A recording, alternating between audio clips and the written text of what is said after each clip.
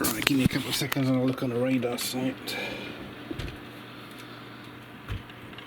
Try and work out which Hercules that was that just took off from Cambridge from runway 23.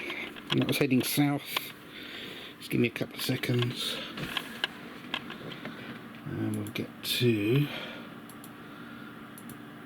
ADSB and Frida. Right, time is 11:57 AM, 5th of February 2019. This is Frida, which is not showing. Which is not showing the Hercules yet.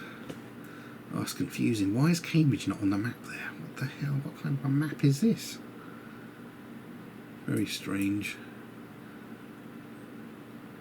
I don't know what's happened to the map today on Frida. The map's gone white and I haven't changed anything on it.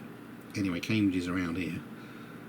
So it's not showing up there. Let me switch to ADSB. ADSB. Oh, come on. What is going on today? Right, ADSB. Oh, there we go. It just popped up. You saw it just pop up just then. Austrian Air Force, this is. Registration 8T-CA. Call sign MCE04. So that'll be a flight test. So it's taken off from there. It's now turning north.